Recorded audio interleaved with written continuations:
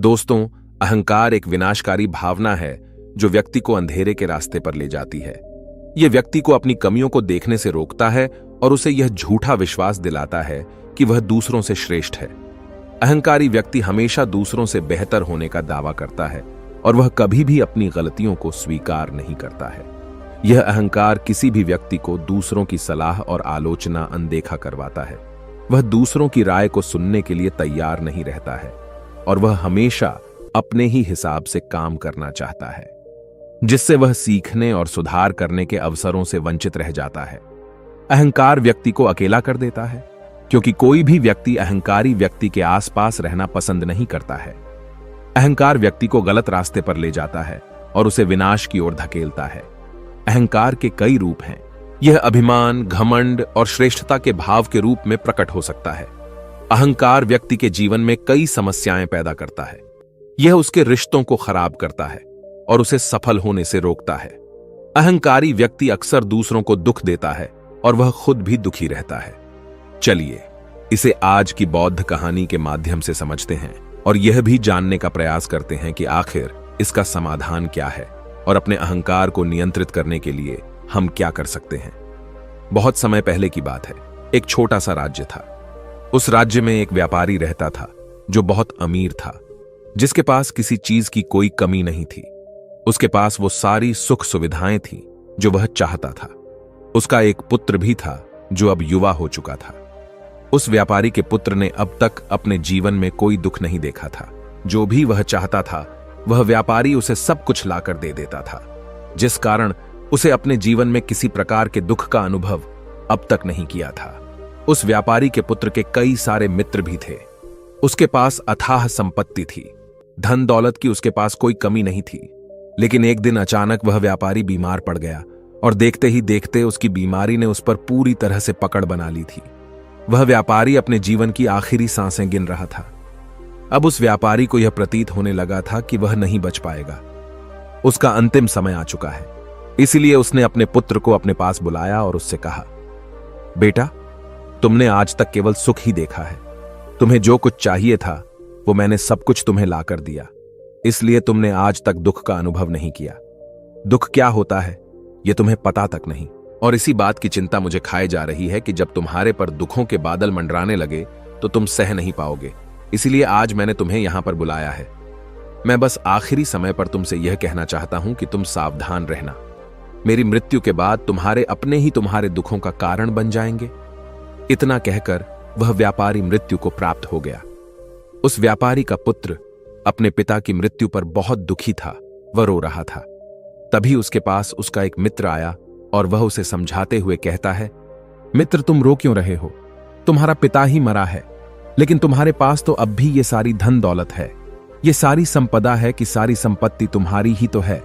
अब तो तुम उन चीजों का भी आनंद ले सकते हो जिनका आनंद तुम अपने पिता के रहते नहीं ले पाए। अपने मित्र की यह बात सुनकर वह बड़ा प्रसन्न हुआ और उसे भी इस बात का एहसास हो चुका था कि उसके पास अथाह संपत्ति है, धन है, दौलत है, जिसकी मदद से वह अपना जीवन खुशी खुशी बिता सकता है। लेकिन इसी धन संपदा के कारण वह अब बुरी आदतों का शिकार भी हो चुका था। उसे हर प्रकार का नशा करने की आदत लग चुकी थी। जहां उसका मन करता वो वहां चला जाता। जब भी उसका मन करता वह किसी को भी अपने घर बुला लेता। फिर चाहे दिन हो या रात, जो भी उसका मन करता वह खरीद लेता, क्योंकि उसके पास संपत्ति थी। और तो और उसके पिता का सारा व्यापार भी अब उसी के हाथों में था और अब वह बहुत खुश था। वह अपने जीवन को अपनी मर्जी के हिसाब से जी रहा था। एक दिन उसके मन में ख्याल आया कि पिता ने मुझे बेवजह ही डरा दिया कि लोग मेरा फायदा उठाएंगे, मेरे दुश्मन बन जाएंगे, मेरे दुखों का कारण बन जाएंगे। लेकिन अब तो मैं और भी मजे से जी रहा हूं। मेरे सुख के दिन तो अब आए हैं। मैं आज तक जो नहीं कर पाया था वह सब करने में अब मैं सक्षम हूं। यह सब सोचकर उसकी खुशी का कोई ठिकाना नहीं था। वह बहुत खुश था। तभी एक दिन उस राज्य में एक बहुत बड़ा अस्पताल का निर्माण हो रहा था और इस अस्पताल के निर्माण के समय पर एक घोषणा करवाई गई कि जो भी इस अस्पताल के लिए सबसे अधिक दान देगा उसका नाम उस अस्पताल के एक पत्थर पर स्वर्ण अक्षरों में लिखा जाएगा। जब उसके मित्र ने यह बात सुनी तो वह दौड़ा दौड़ा उसके पास आया और उसे सारी बात बता दी। तब उस व्यापारी के पुत्र ने यह तय किया कि वह अस्पताल को सबसे बड़ा दान देगा, और उसने ऐसा ही किया। और साथ ही यह भी निश्चित हो गया कि उसका नाम उस अस्पताल के एक पत्थर पर स्वर्ण अक्षरों में लिखा जाएगा। लेकिन जब वह दान देकर वापस घर की ओर लौट रहा था तो रास्ते में उसे एक साधु मिले जो भोजन की मांग कर रहे थे। इस पर वह घमंडी व्यापारी का पुत्र कहता है, तुम जैसे लोग केवल 2 वक्त की रोटी के लिए हमेशा चिल्लाते रहते हो। पता नहीं तुम लोग कहां से आ जाते हो, और भगवान तुम लोगों को पैदा ही क्यों करता है। तुम लोग गंदगी हो, तुम्हें जीने का कोई हक नहीं, केवल अपना पेट भरने के लिए। 2 वक्त की रोटी के लिए तुम किसी के सामने भी झुक जाते हो। यदि झुकना ही है तो उस ईश्वर के सामने झुको। शायद वह तुम्हारी गलतियों को माफ कर दे और तुम्हें एक अच्छा जीवन प्रदान करे। हो सकता है वह तुम्हें भोजन भी दे दे। वह लड़का उन साधु को खरी खोटी सुनाकर वहां से चला गया। धीरे धीरे उस लड़के के पास उसके मित्रों, सहयोगियों और रिश्तेदारों की संख्या बढ़ने लगी। अब हर कोई उससे बिना पूछे कोई काम नहीं करता था।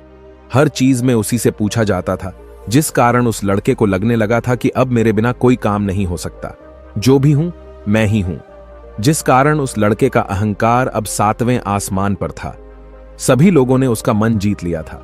सब लोग उसके विश्वास पात्र बन चुके थे। उस लड़के के पास अपार धन था, जिस कारण सब उससे जुड़े हुए थे। लेकिन यह बात उस लड़के को समझ नहीं आ रही थी। सभी लोग विश्वास के नाम पर अब उस लड़के से धन उधार लेने लगे थे, और वह भी खुशी खुशी लोगों को धन उधार में दे दिया करता है। जो कोई उसे धन उधार लेने आता, वह जितना मांगता वह उससे ज्यादा ही उन्हें दिया करता, क्योंकि वह सभी की नजरों में अपने आप को साबित करना चाहता था। वह अपने आप को महान दिखाना चाहता था। लेकिन धीरे धीरे उसकी बुरी आदतों के कारण अब उसका व्यापार चौपट होने लगा था। देखते ही देखते एक दिन व्यापार में उसे बहुत बड़ा घाटा हुआ। उसका पूरा व्यापार कर्ज में डूब गया। अब वह बहुत परेशान हो चुका था, बहुत चिंतित हो चुका था। उसे यह समझ नहीं आ रहा था कि आखिर ये सब क्या हुआ। मेरे पास तो कुछ समय पहले अपार धन था, और आज मेरे ऊपर बहुत बड़ा कर्जा है जिसे मुझे चुकाना ही होगा। तभी उसे उधार दिया हुआ धन याद आया, जो उसने अपने मित्रों और सहयोगियों को दिया था, अपने रिश्तेदारों को दिया था। उसने सभी से वह अपना दिया हुआ कर्ज वापस मांगना शुरू किया। लेकिन किसी ने भी उसका दिया हुआ कर्ज उसे वापस नहीं दिया, बल्कि लोगों ने उसे दुत्कार कर वहां से भगा दिया। वे एक एक करके सभी के पास गया, लेकिन किसी ने उसकी कोई मदद नहीं की। देखते ही देखते उसका सब कुछ बिक गया। अब उसके पास कुछ न था। वह सड़क पर आ चुका था। तभी वह यह सोचने लगा कि अपने सुख के दिनों में मैं यह नहीं जान पाया कि मैं अपने शत्रुओं से घिरा हुआ हूं। मेरे पिताजी सही कहते थे कि मेरे अपने ही मेरे दुखों का कारण बनेंगे। पिताजी, आपका धन्यवाद। लेकिन मैं आपकी बातों को समझ नहीं पाया, और आज देखिए क्या हो गया। वह सारा दिन यहां से वहां भटकता रहा और सोचता रहा कि अब आगे क्या होगा, वह कैसे खाएगा, कहां रहेगा और कैसे सोएगा। उसे अपने पिता की याद सता रही थी। वह उन्हें याद कर करके रो रहा था। उसकी आंखों से आंसू बह रहे थे। लेकिन अब बहुत देर हो चुकी थी, और अब धीरे धीरे उसे भूख भी लग रही थी। तभी उसने सोचा कि मैं उसी अस्पताल पर चलता हूं जहां पर पत्थर पर मेरा नाम स्वर्ण अक्षरों में लिखा गया है। मैं जाकर वहां पर कुछ मदद मांगता हूं। वह वहां पहुंचा और वहां के मालिक से वह कहता है, आपने मुझे पहचाना? मैं वही हूं जिसने इस अस्पताल को सबसे बड़ा दान दिया है, और मेरा नाम इस अस्पताल के पत्थर पर स्वर्ण अक्षरों में लिखा गया है। हालांकि इस समय मेरी हालत कुछ खराब है और मेरे पास खाने के लिए भी कुछ नहीं है। क्या आप मुझे कुछ भोजन दे सकते हैं? मैं भूखा हूं। मुझे बहुत जोरों की भूख लगी है। मेरे अपनों ने मुझे धोखा दे दिया है। क्या आप मुझे कुछ भोजन दे सकते हैं? तभी मालिक कहता है, भिखारियों को भोजन इस अस्पताल के बाहर दिया जाता है। अस्पताल के अंदर नहीं जाओ और जाकर बाहर बैठ जाओ। और रही बात तुम्हारे नाम की, तो भिखारियों का नाम अस्पताल के पत्थर पर स्वर्ण अक्षरों में नहीं लिखा जाता। मालिक ने तुरंत ही उस लड़के का नाम अस्पताल के उस पत्थर पर से हटवा दिया, और फिर एक बार घोषणा करवा दी कि अस्पताल को जो सबसे बड़ा दान देगा, उसका नाम इस अस्पताल के पत्थर पर स्वर्ण अक्षरों में लिखा जाएगा। यह सब देखकर वह लड़का बड़ा हैरान था, बड़ा अचरज में था। वह मन ही मन रो रहा था और सोच रहा था कि जीवन कितना दुखदाई है। जीवन बहुत छोटा है। अब मैंने जान लिया कि पत्थर पर लिखा हुआ नाम भी मिटाया जा सकता है, और यदि पत्थर पर लिखा हुआ नाम मिटाया जा सकता है तो इस जीवन का क्या मोल? यह जीवन भी कभी भी समाप्त हो सकता है। उस लड़के को जोरों की भूख लगी थी। वह अस्पताल के बाहर जाकर एक कोने में बैठ गया। लोग आते रहे और भिखारी को कुछ न कुछ दान देते रहे, लेकिन वह लड़का, उसकी हिम्मत ही नहीं हो रही थी कि वह भीख मांग सके, और न ही वह उन भिखारियों में बैठना चाहता था। देखते ही देखते दोपहर से रात का समय हो चुका था, लेकिन अब तक उसे कुछ भी न मिला था। लेकिन उसकी भूख बढ़ती चली जा रही थी और उसे जोरों की भूख लगी थी। पहली बार उसने अपनी भूख को जाना था, अपने पेट की इस आग के बारे में जाना था, और इस भूख के कारण वह इतना परेशान हो चुका था कि उसने तय किया कि वह अस्पताल से ही कुछ चुरा लेगा और उसे खाकर अपना पेट भर लेगा। जैसे ही वह वहां से उठता है, तभी वह साधु वहां पर आ जाते हैं, जिसे उस लड़के ने बहुत खरी खोटी सुनाई थी। वह साधु उस लड़के के पास आकर कहते हैं, बेटा, हम पहले भी मिल चुके हैं। वह साधु भिक्षा से वापस लौट रहे थे। उन्होंने कुछ भोजन उसे देते हुए कहा, ये लो, खा लो, तुम्हें जोरों की भूख लगी होगी। मैं तुम्हें जानता हूं, मैं समझता हूं कि हालात तुम्हें जबरदस्ती झुकाना चाहते हैं, लेकिन तुम लोगों के सामने झुकना नहीं चाहते। लेकिन अगर तुम लोगों के सामने झुकेंगे नहीं तो तुम्हें भोजन भी नहीं मिलेगा। आज तो मैंने तुम्हें भोजन दे दिया है, जिससे तुम्हारी भूख मिट जाएगी, लेकिन यह भूख रोज लगेगी। यह पेट की आग कभी नहीं मिटती। इस पर वह लड़का उन साधु से कहता है, जब मेरे पास धन था, दौलत थी, संपत्ति थी, तो मेरे पीछे मेरे मित्रों की, सहयोगियों की, रिश्तेदारों की कतार लगी रहती थी। सभी लोग मेरे शुभ चिंतक थे, लेकिन मेरे ऊपर दुख आते ही वह सब पलट गए। वह सब अब मेरे शत्रु बन चुके हैं। लेकिन तुम, जिसे मैंने इतनी खरी खोटी सुनाई थी, वही मेरे दुख में मेरा सहयोगी बना है। तुम मेरे इस दुख में मेरे पहले मित्र हो, मेरे पहले रिश्तेदार हो, जिसने मुझ पर दया की है। मैं तो अपने आप को बहुत बड़ा समझता था, लेकिन देखो, इस वक्त की मार ने मुझे कहां से कहां पहुंचा दिया। आज मैं इस बात को अच्छी तरह समझ चुका हूं कि धन से बड़ा कोई मित्र नहीं। इतना कहकर उस लड़के ने भोजन किया और उसने पहली बार भोजन के सुख का आनंद उठाया। उसके हाथ कांप रहे थे। वह जल्दी जल्दी उस भोजन को समाप्त करना चाहता था, जल्दी जल्दी उसे चबा लेना चाहता था, और उसकी आंखों से झरझर आंसू भी बह रहे थे। उसे ऐसा प्रतीत हो रहा था मानो आज से पहले ऐसा लजीज भोजन उसने आज तक न किया हो। भोजन करते वक्त जो अनुभव से प्राप्त हुआ, ऐसा अनुभव उसे आज तक नहीं मिला था। तभी वह साधु से कहता है, यह कैसा सुख है, मैं इस दुख में भी इस भोजन के संतुष्टि का अनुभव कर पा रहा हूं। तभी वह साधु कहते हैं, जहां संतुष्टि होती है वहां सुख का अनुभव होता है, लेकिन सावधान, संतुष्टि बहुत खतरनाक भी होती है। जब संतुष्टि हमारी आवश्यकताओं, हमारी इच्छाओं से ऊपर उठ जाती है, तब यह दुख के दर्शन भी हमें कराती है। आज जो भोजन तुम कर रहे हो, ऐसा भोजन यदि तुम्हें पहले प्राप्त होता तो तुम इसे छूते तक नहीं। लेकिन आज इसी भोजन को करके तुम्हें संतुष्टि मिल रही है। लेकिन जब तुम्हारे पास धन था, दौलत थी, तब तुमने इससे भी अच्छा भोजन किया होगा, लेकिन तब तुम्हें संतुष्टि नहीं मिली होगी, वह सुख प्राप्त नहीं हुआ होगा जो तुम आज अनुभव कर रहे हो। लेकिन सावधान, अगर ऐसा ही भोजन तुम्हें रोज मिलता रहे तो तुम और भी अच्छे भोजन की कामना करने लगोगे, और इसी कामना की संतुष्टि के लिए तुम्हारे मन में दुख पैदा होगा।